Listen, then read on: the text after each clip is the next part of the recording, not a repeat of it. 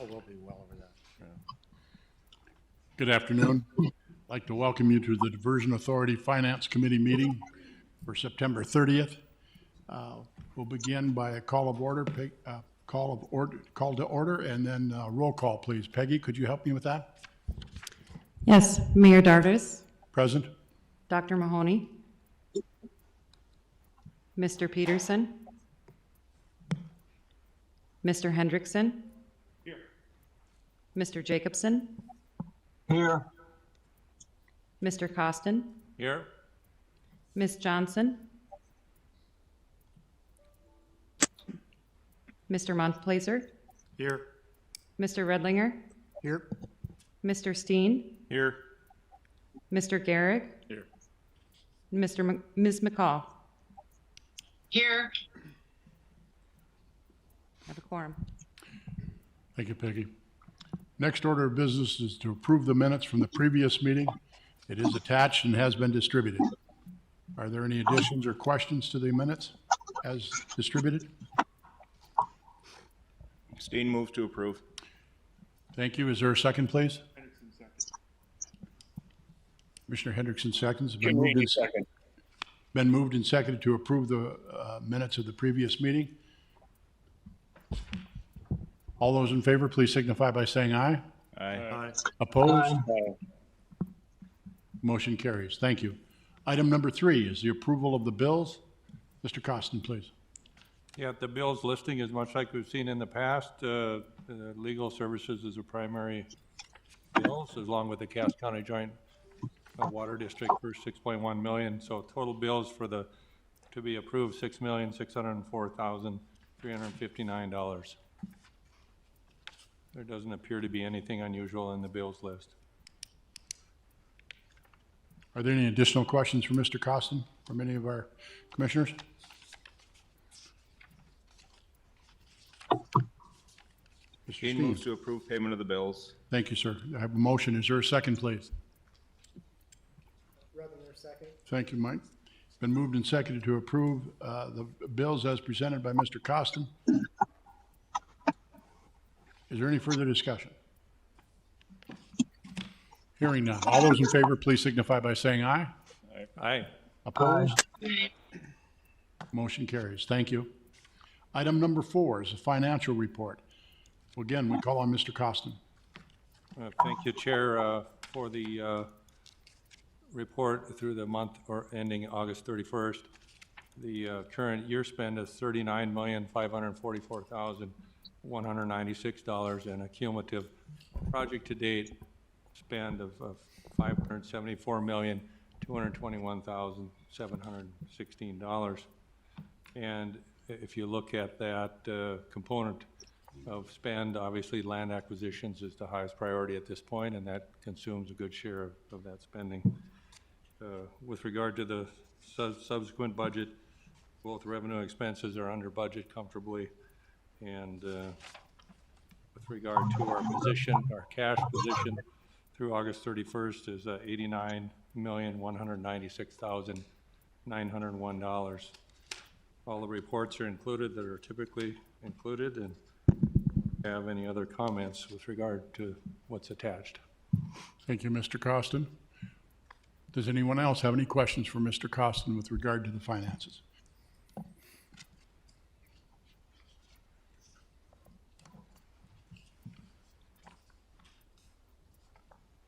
right, it's your pleasure, Mr. Steen moves to approve the financial report. Thank you, Commissioner Steen. Is there a second, please? Thank you, Commissioner Peterson. Been moved and seconded to approve the financial report through August 31st. Is there any further discussion? Hearing none. All those in favor, please signify by saying aye. Aye. Aye. Opposed? Motion carried. Thank you. Item number 5 is the Executive Director Financial Report.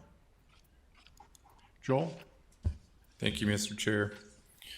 In front of you here, up on screens, you can see just a rundown of some of the information Mr. Costin just went over. I won't go over it in detail. I just want to highlight a few areas. As Mr. Costin had mentioned, we're running comfortably under budget for the year. The annual cash budget was 138 million. We're currently tracking at 48 million. I'll give reasoning for that in a second. As you can see, the P3 support services still running on budget. We expect that to come in right on par. And then the other large item is the lands and impacted property mitigation. Our budget was 71 million. We've currently expended 26. Some of the reasoning for that is, failure to come to consensus negotiation on land necessary for the diversion channel. And so those could escalate at any time given our ability to negotiate on those properties. So they are properties that we will need to acquire prior to the P3 construction, which would occur hopefully mid to third quarter next year. So those are costs that we will be incurring very shortly. The other item you can see, engineering, legal, and financial, again coming in on budget. Actually, it will probably come in a little bit lower than budget, so for the year. On the second page here, I have just kind of digging down into some of the specific projects. A majority of the projects that we have ongoing right now are all on budget, no significant concerns. I did want to highlight on this page, on the middle of this page, the in-town flood protection. So this is another area where we are running significantly under budget. A lot of this hinged on Fargo's ability to bid out projects this year, contingent upon land purchases. So I have talked with Nathan Borboom, and they have been making some pretty significant progress on property acquisitions. So majority of these projects that were planned for this year will be transferred to the next year's budget. And so I don't anticipate that we'll expend the in-town flood protection budget. So just wanted to give some rationale as to why we're comfortably under budget. And I'll be willing to take any questions at this time. Questions for Mr. Paulson?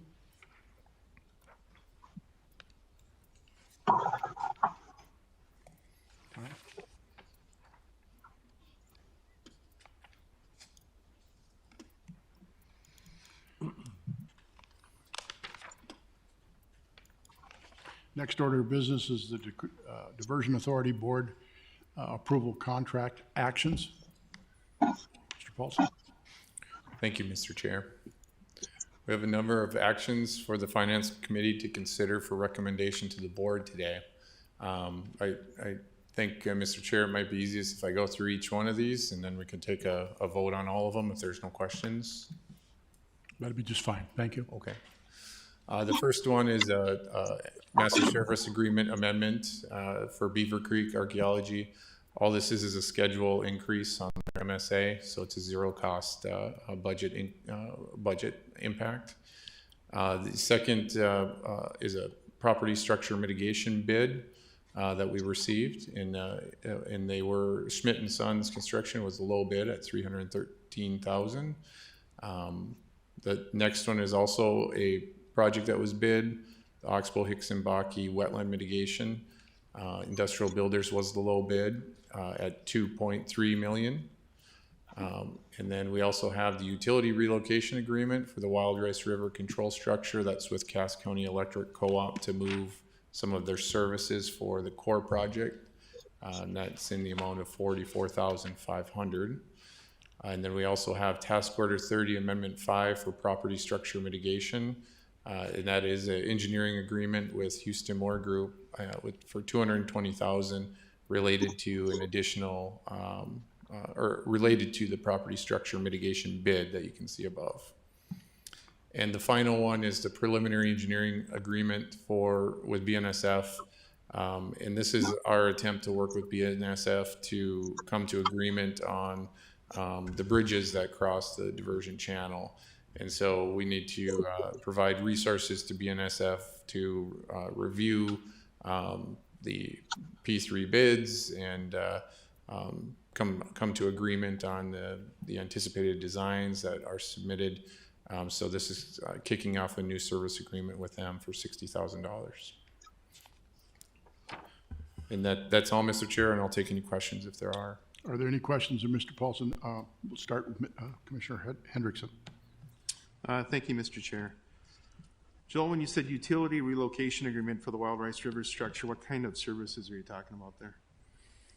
Thank you, Councilmember Hendrickson. So that is for electric services that run adjacent to the township road. That's adjacent to the Wild Rice Control Structure project. The core project actually crosses that township road and crosses the electric line that parallels the township road. So this would be to remove that line along the township road and reroute it around the Wild Rice Control Structure project. I was just curious, so thank you. Yep. Okay. Additional questions? Mr. Steen? Mr. Paulson, just a quick question on the Houston Moore Group. And we have like a general task order or a significant contract with them. Does this fall under that contract? That's a multi-year contract. And do we ever compare where we're at with the amendments to what the original contract is?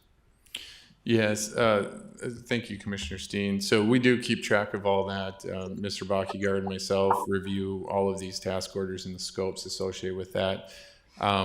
This is related to task order 30, which is a property structure mitigation task order. When it was run through the board the first time, the task order was for the first specific property structure mitigation project. And so this is, I think, we've had multiple property structure mitigation projects since then. Each one, Houston Moore Group has run a task order amendment for that specific project.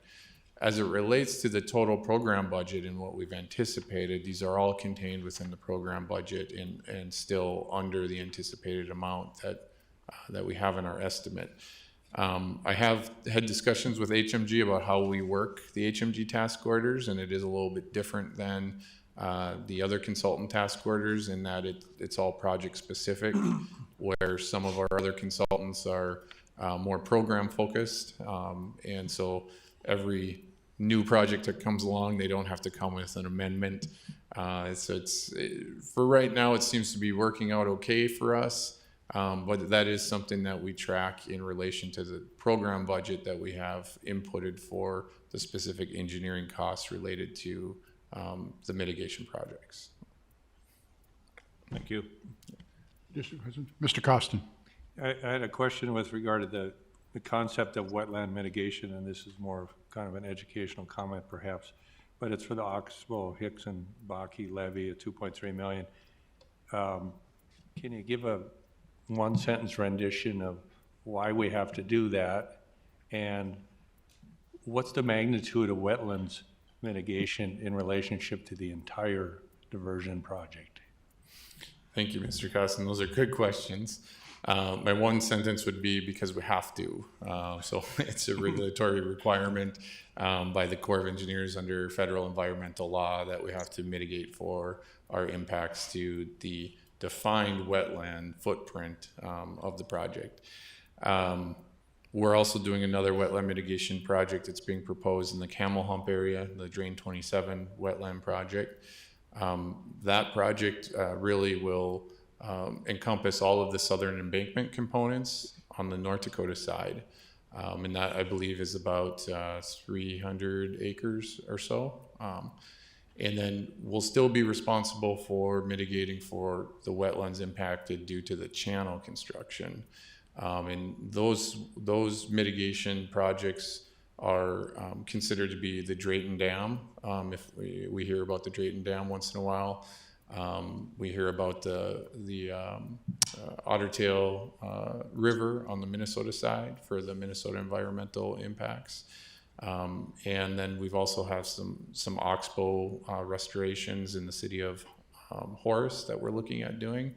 And so it's difficult to find opportunities to gain mitigation credits to cover our impacts under the wetland environmental law. But the big one, the next big one will be this Drain 27 project that will take care of a good chunk of our responsibilities. Thank you. Additional questions from Mr. Paulson? Do any of our call-in members have any questions?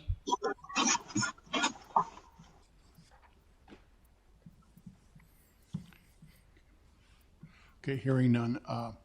I'd ask for the board's approval that we consider all 6 of these items at one time. Does that meet with your approval? Jacobson makes a motion to approve. All right, thank you. I appreciate that. Thank you, Dan. Moved and seconded that we could take all these actions at one time. I'm going to call for a roll call vote, please, Peggy, on items 1 through 6 under the Diversion Authority Board Approval Contract Actions. Mayor Dardis, Yes. Mr. Peterson, Yes. Mr. Hendrickson, Yes. Mr. Jacobson, Yes. Mr. Costin, Yes. Mr. Montplaisir, Yes. Mr. Redlinger, Yes.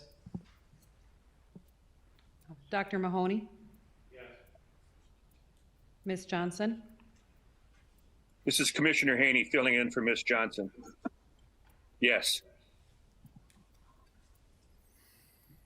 Mr. Steen, Yes. Mr. Garrick, Yes. Ms. McCall. Yes.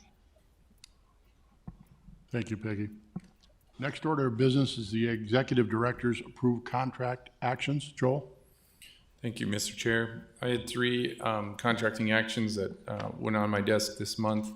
The first one was for material testing services for work package 43, 28, and 50. And that was a budget amendment for $38,000 for Braun Intertech.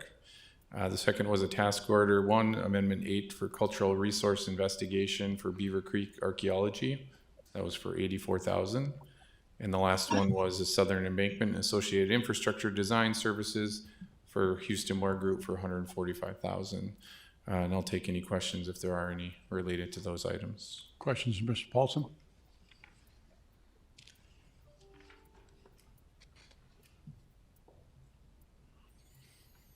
All right. This is for information only to our board, that real actions will be taken by the Diversion Authority full board. Is that not correct? So, Mr. Chair, these items, according to the JPA, any amendments under 150,000 can be approved directly by the executive director and does not need to go to the board. Very good. But it is customary to report these out to the finance and to the board. Thank you, Mr. Paulson. That concludes your approved contracts. That's correct, Report. sir. All right, item number 7 is other business. A draft 2021 program budget. Mr. Paulson. Thank you, sir. I had one additional, I apologize, one additional item to report out, and that was a task order 4 for appraisals of environmental monitoring easements that the Cass County Joint Water Resource District approved for $228,000. So I'll take any questions on that before I get into the 2021 cash budget. Questions for Mr. Paulson?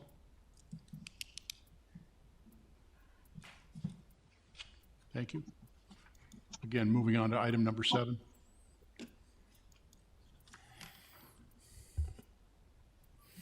Thank you, Mr. Chair. So in your packets, I did submit the draft 2021 cash budget. Just a few things for discussion as we go through. The total budget, cash budget that we've proposed for consideration is $184 million.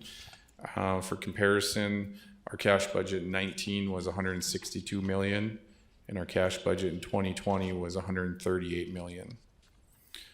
A few items to note here. I transferred those in-town flood protection projects from this year's cash budget over to the 2021 cash budget. A majority of our costs are going to be contained again within land acquisition and mitigation at $70 million for next year. And then we have we're anticipating our costs to start to expend on the diversion channel and associated infrastructure. And that's related to the P3 procurement and the beginning of construction on the diversion channel. And we have approximately $56 million allocated in the cash budget for next year for those services. So obviously that's contingent upon a valid and an agreed upon contract with the P3 developer, but we do anticipate that to happen in early 2021. So at this point, this is just for consideration of the Finance Committee. It is a requirement of in the JPA for the Executive Director to submit in October the draft 2021 budget, and this will be considered for approval at next month's meeting, or if it's not ready then, by the end of the year, by the December meeting. So I just asked the committee to review and notify me of any questions, comments, or concerns in preparation for a discussion at next month's Finance Committee meeting. Thank you, Mr. Paulson. Any questions as of today? Mr. Chair. Mr. Steen. And, Joel, just a quick question on the debt service. What's changed from prior years in the budget? Was the budget was 11 million, now it's 5 million. Our debt service cost is going to be significantly less than budget this year as well. So what's changed? It's a good question. I'm going to have to rely on my staff to answer that for you, Commissioner Steen. I think Mr. Shockley or Mr. Barthel, either one of you guys. I think I know the answer, but I don't want to tell you. I might too, but I want to make sure. Go ahead. So, it's a very good question. We're looking at reducing the debt and the payoff of that. And so the financing of that, we've been carrying along as we've gone.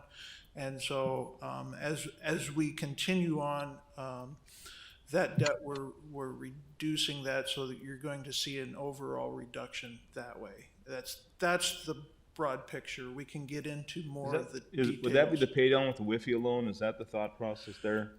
I mean, I know it's been discussed to take that because you don't pay the interest cost until sometime later. Is that part of this? That is part of it. Some of the increased costs that you've seen this year are due to the Wifi loan and the financing for that, the reviews of that. So with the Wifi loan in place, that does help reduce our costs. And just to follow up on that, if I may, then, and so I understand that for 20, and so for 19, the reduction was from 11 to 5. We didn't really have the Wifi loan in 19, and we didn't really pay down any debt in 19, did we? Or did we take out 100 million? Mike might know that. We have our debt that both the city and the county have reflected. Right. Interest rates have fallen. That much, okay. All right, thanks. Thank you, Any Paul. additional questions on the 2021 program budget? Thank you, Mr. Paulson.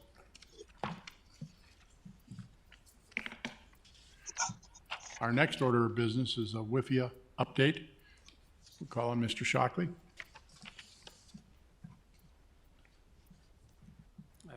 Thank you, Mr. Chair. We continue to move towards closing. Currently, it's looking like we're about 60 days away from closing.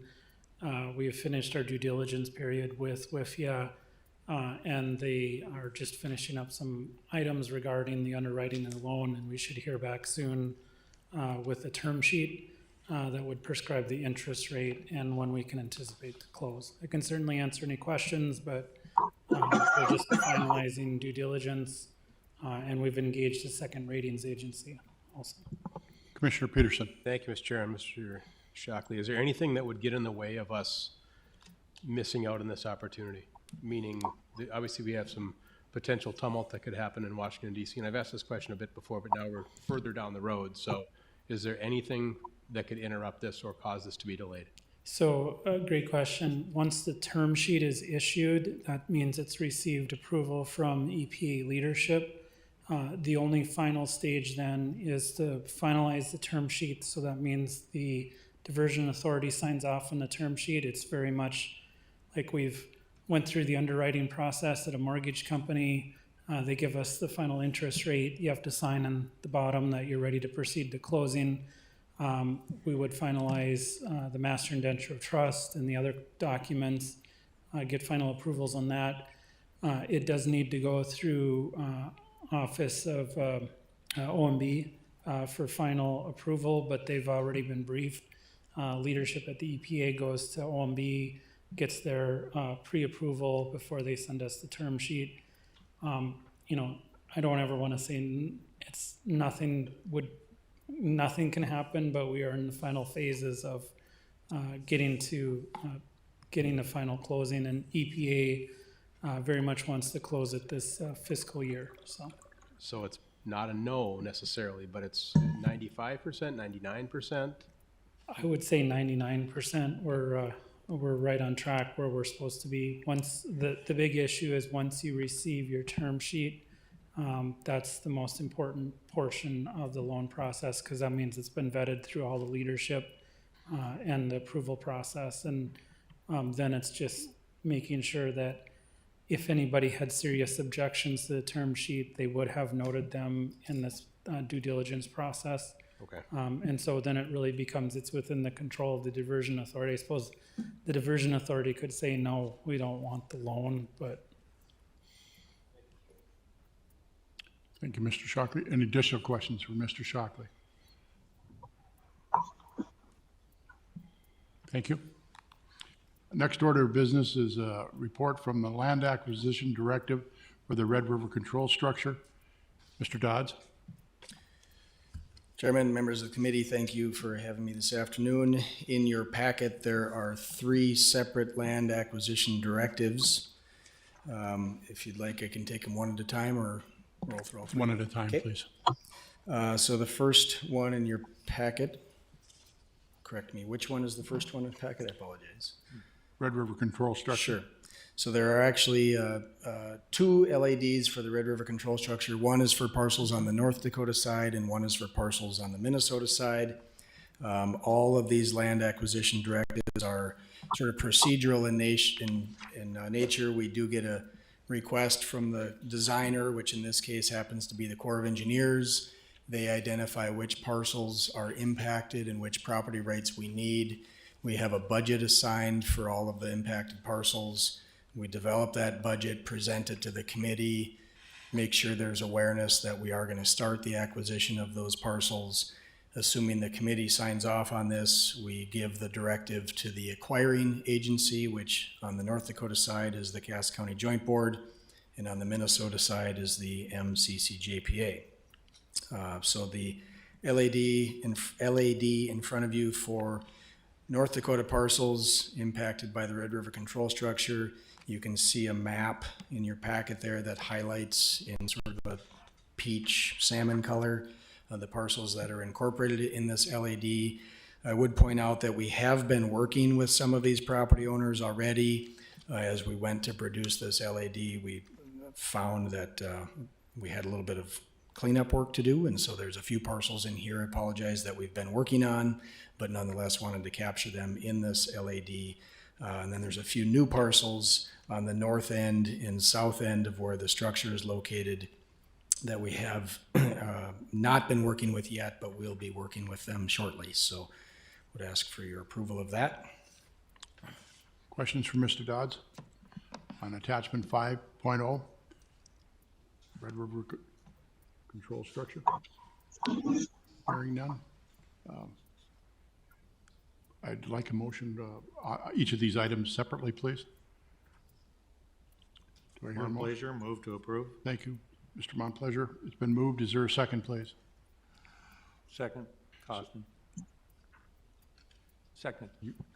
Mr. Costin seconds. Been moved and seconded to approve the land acquisition directive for the Red River Control Structure, attachment 5.0. Peggy, would you please take the roll? Mayor Dardis, Yes. Dr. Mahoney, Mr. Peterson, Yes. Mr. Hendrickson, Yes. Mr. Jacobson, yes, Mr. Costin, Yes. Mr. Haney, Yes. Mr. Montplaisir, Yes. Mr. Redlinger, Yes. Mr. Steen, Yes. Mr. Garrick, Yes. Ms. McCall. Yes. Motion approved. Thank you, Peggy. Next order of business is the Land Acquisition Directive for the Red River Control Structure, Attachment 6.0, the Minnesota side. Mr. Dodds. Yes, in your packet then is the LAD Minnesota 001 Revision 3. This identifies 2 parcels on the Minnesota side that are impacted by the Red River Control Structure. Again, you can see a map identifying those parcels that are impacted. This directive would direct the MCCJPA to proceed with the acquisition of properties, the property rights on those 2 properties. Ask for your approval. Question for Mr. Dodds? Hearing none, we'd entertain a motion. I move to approve. Thank you, Mr. Hendrickson. Is there a second, please? Montplaisir, second. Thank you, Mr. Montplaisir. Been moved and seconded to approve the Land Acquisition Directive for the Red River Control Structure, Attachment 6.0 for the Minnesota side. Is there any further discussion? Excuse me, we're going to go to a roll call vote again. My apologies. Peggy, would you please call a roll? Mayor Dardis, Yes? Dr. Mahoney, Mr. Peterson, Yes. Mr. Hendrickson, Yes. Mr. Jacobson, Yes. Mr. Costin, Yes.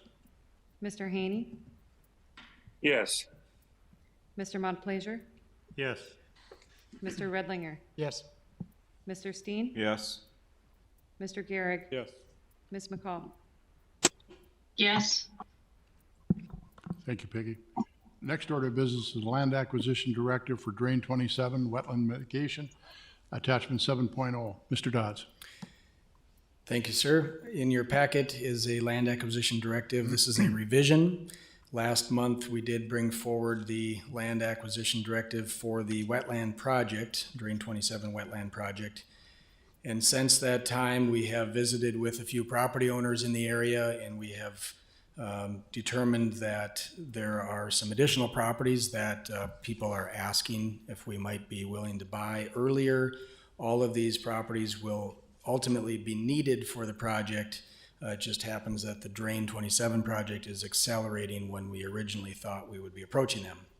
And so because of that request, we have updated or revised the LAD, and we would ask for your approval of this revision. Thank you, Mr. Dodds. Any questions for Mr. Dodds?